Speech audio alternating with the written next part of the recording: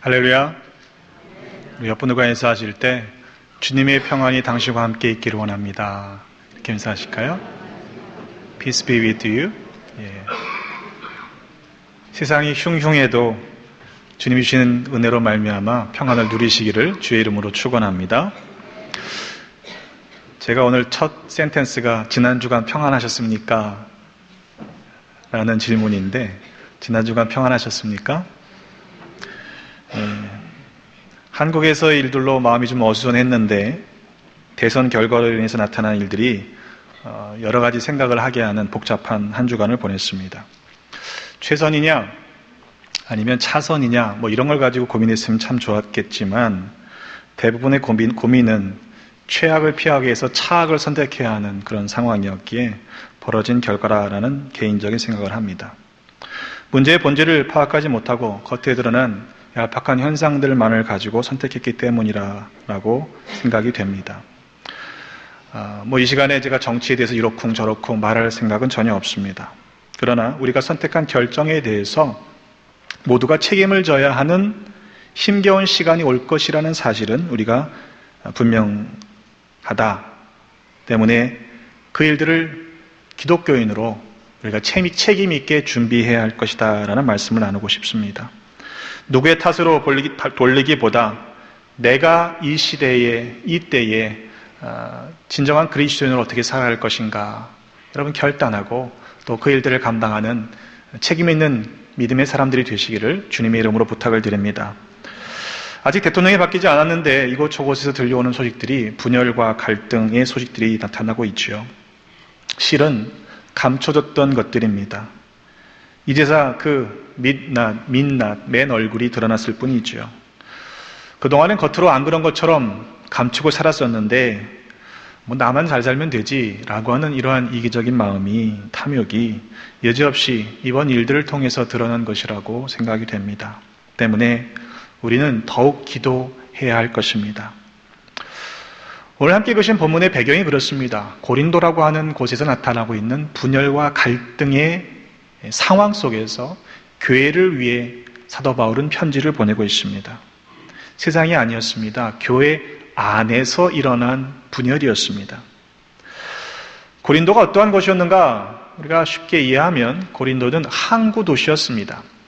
그래서 무역이 활발했고요. 많은 사람들이 오갔으며 또 다양한 문화가 모여지는 그런 곳이었습니다.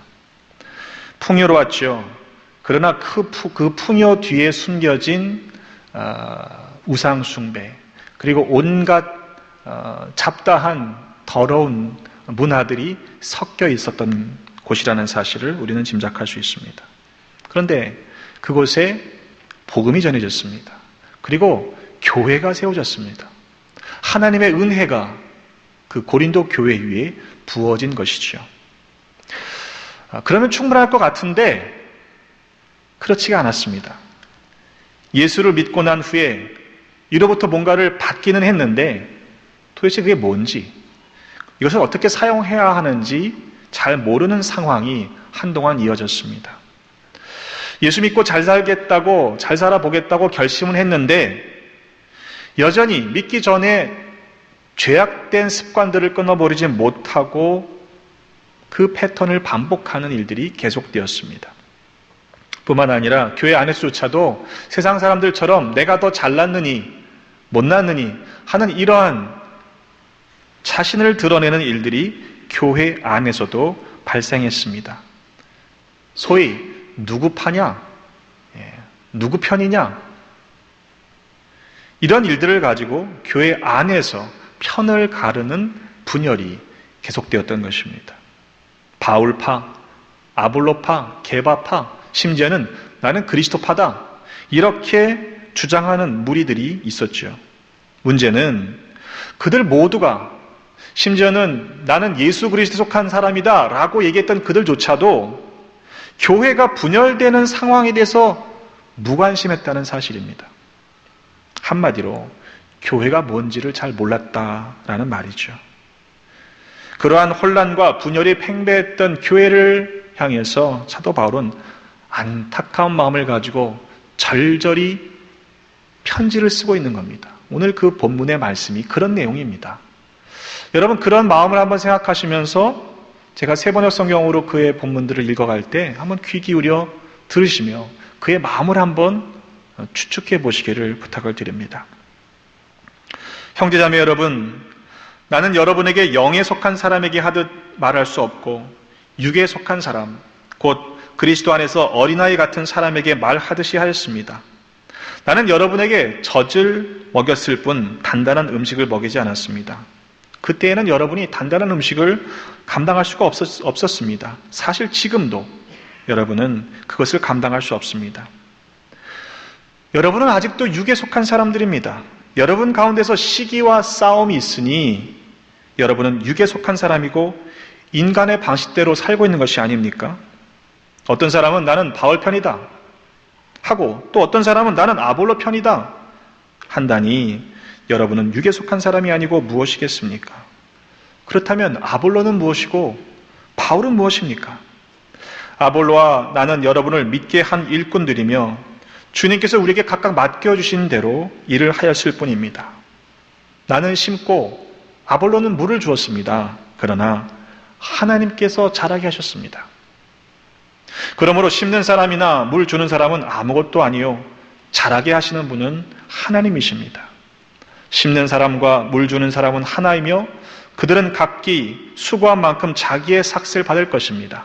우리는 하나님의 동역자요 여러분은 하나님의 밭이며 하나님의 건물입니다.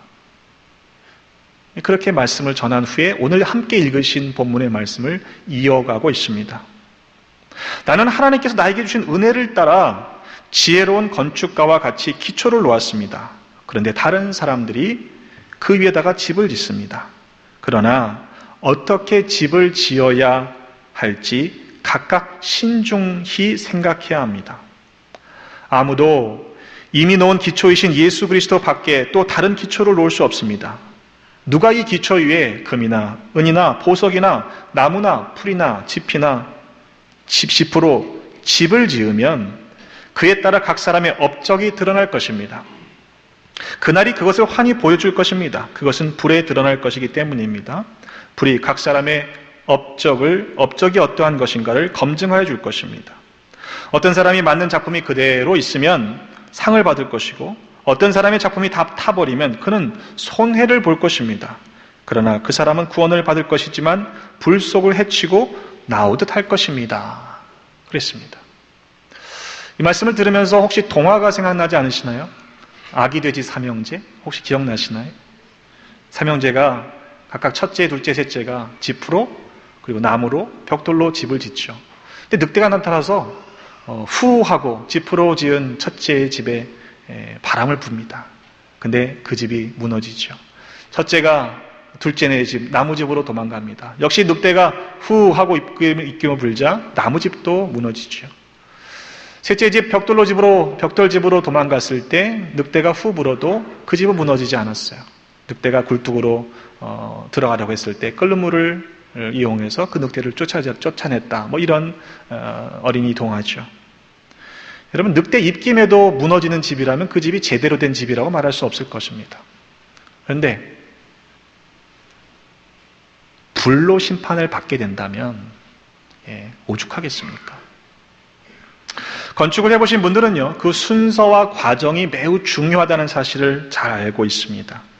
그 순서를 뒤바꿔서도 안 되고요, 한 단계를 건너뛰거나 생략할 수도 없습니다. 만일 한 단계를 건너뛰거나 생략해서 순서를 바꿔 놓는다면 집이 제대로 지어질 수도 없지만 나중에 더 큰 문제를 당하게 됩니다. 때문에 기초부터 순서대로 과정을 제대로 밟아야 합니다.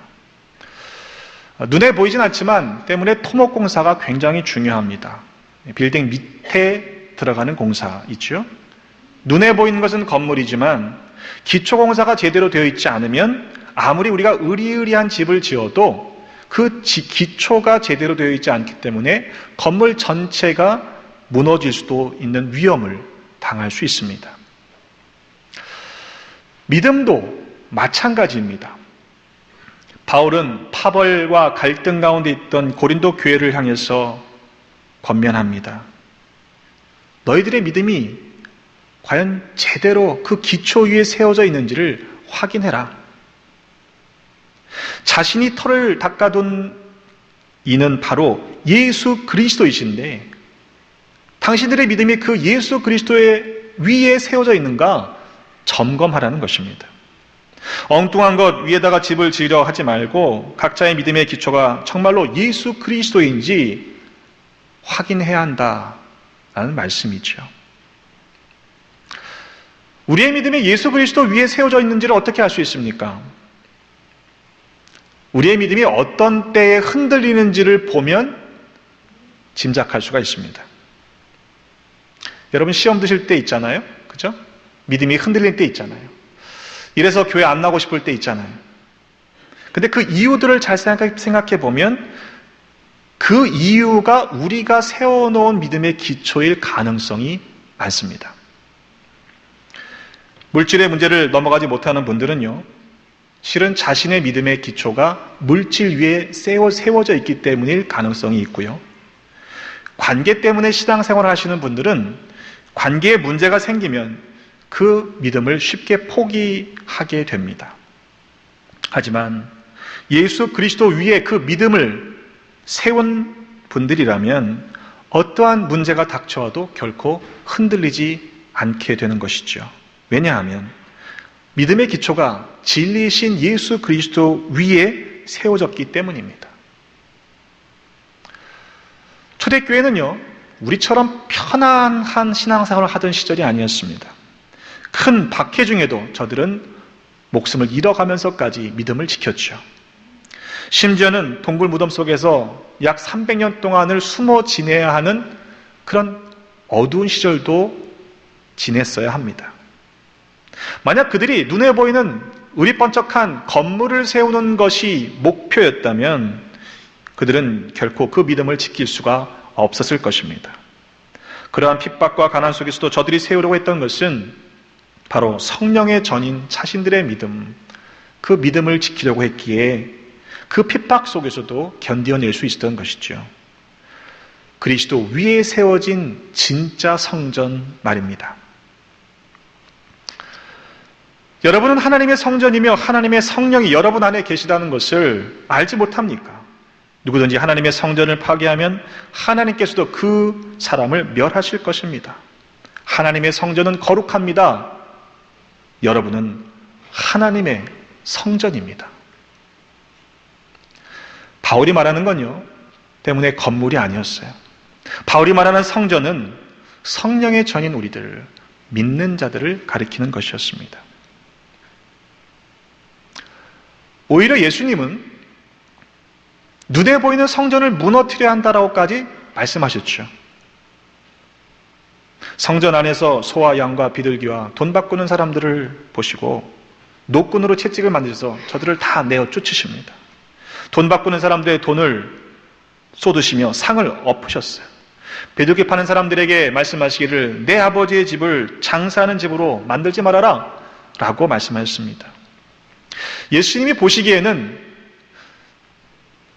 그 상을 뒤엎어서라도 당시에 왜곡된 종교적인 행위들, 그것이 진짜인 것처럼 착각하는 그 시대의 외식을 무너뜨리고 싶으셨던 것이죠. 하지만 성전 관리들이 볼 때는 정신 나간 청년을 보게 되는 겁니다.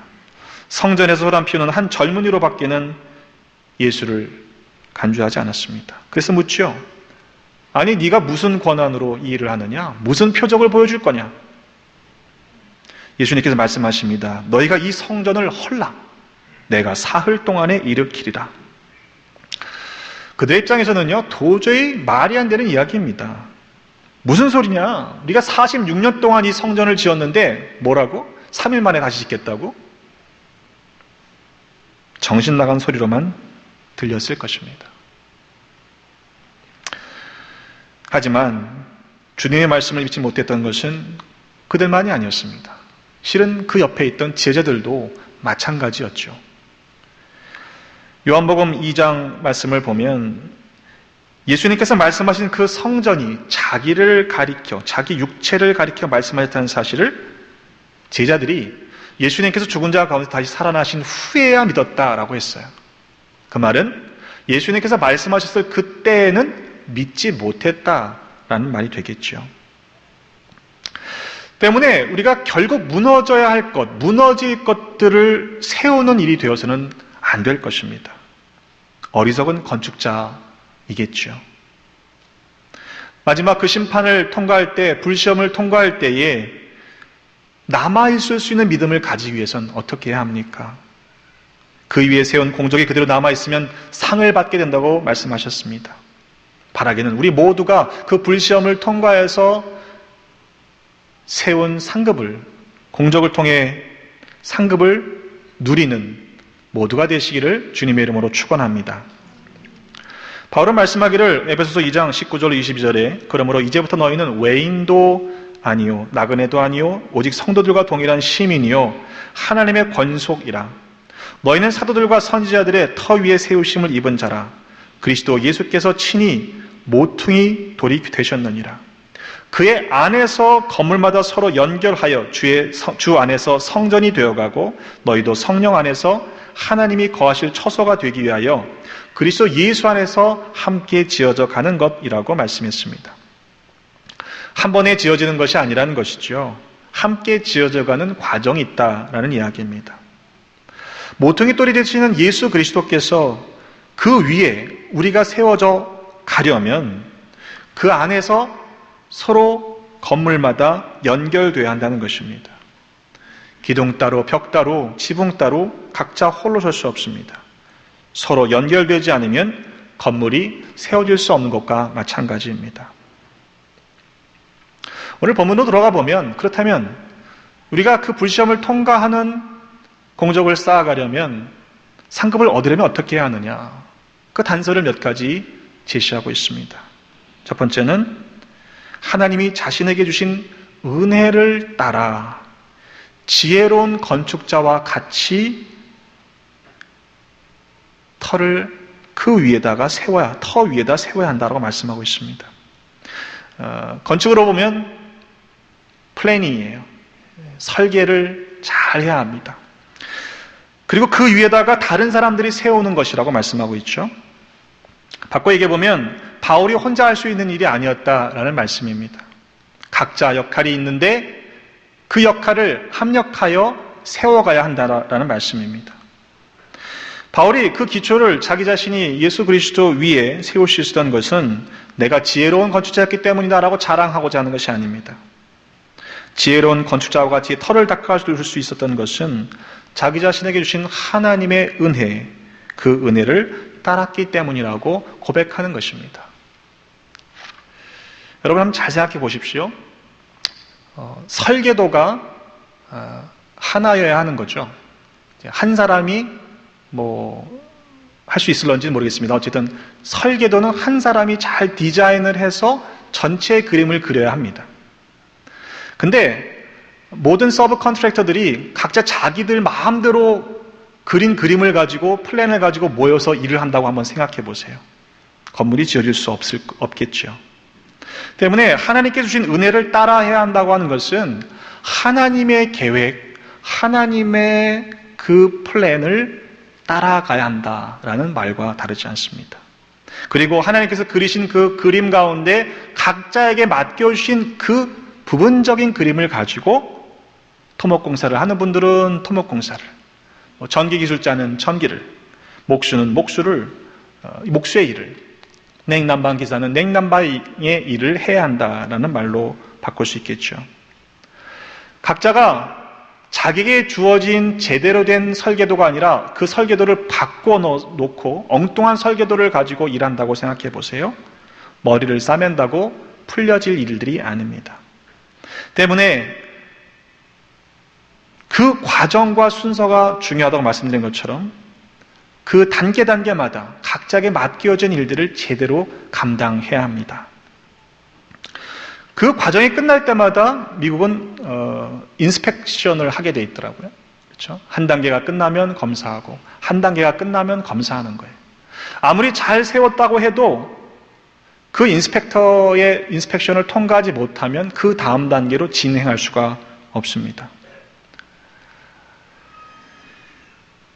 내게 맡겨주신 각자의 책임을 감당하지 못하면 그것은 나 혼자만의 문제로 끝나지 않는다라는 말입니다. 왜냐하면 교회는 한 몸을 이루고 있기 때문이죠.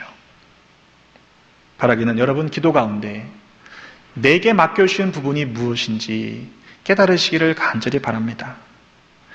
내가 하고 싶다고 할 수 있는 게 아니에요.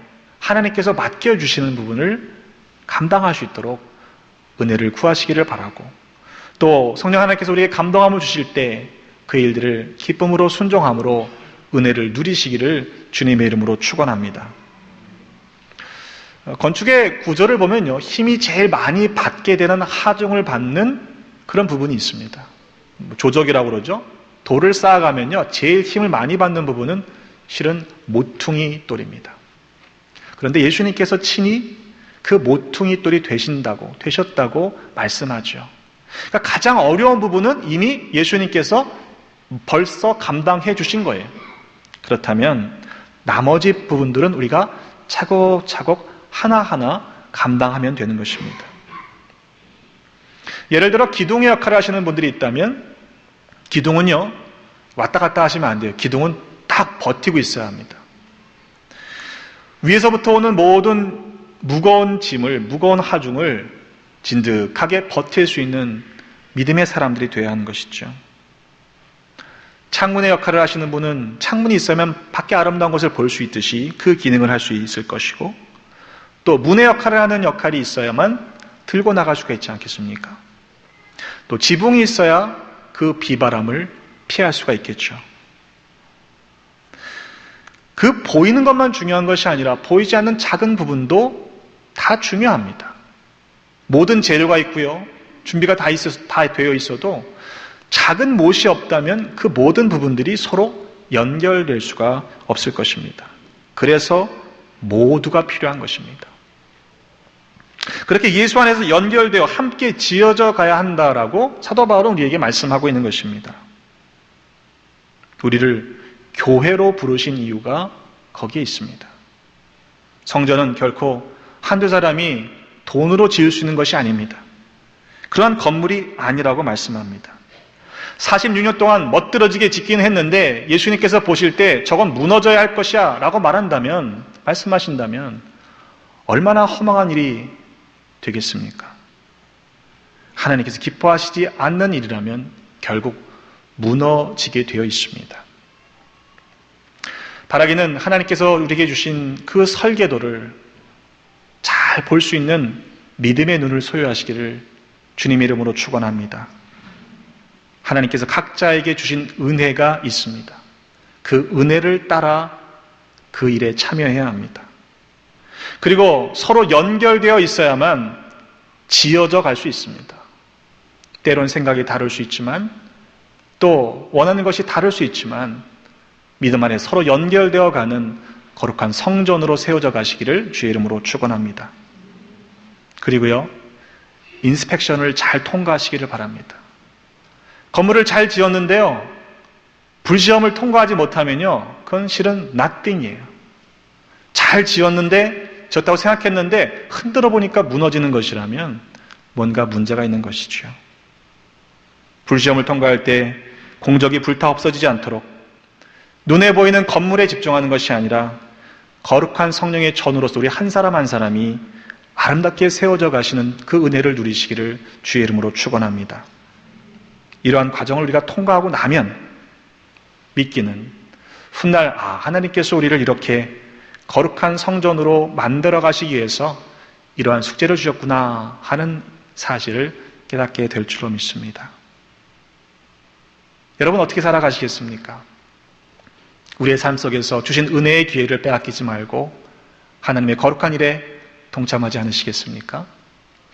은혜를 따라 그 일들을 감당함으로 하나님의 예비하신 상급을 누리시기를 주의 이름으로 축원합니다. 기도하겠습니다. 하나님, 우리를 하나님께서 거하시는 거룩한 성전으로 사용하여 주시니 감사드립니다. 그러나 때로 내가 감당해야 할 책임을 회피하려 할 때가 많았음을 고백합니다. 하나님, 후로는 하나님 주신 은혜를 따라 순종하며 맡겨진 책임을 감당함으로 하나님께서 원하시는 일들을 이루어가는 우리 모두가 되게 하여 주시옵소서. 우리에게 주신 복된 기회를 빼앗기지 않게 하여 주옵소서. 우리를 세우시기 위해 친히 모퉁이 돌이 되신 예수 그리스도의 이름으로 기도드립니다.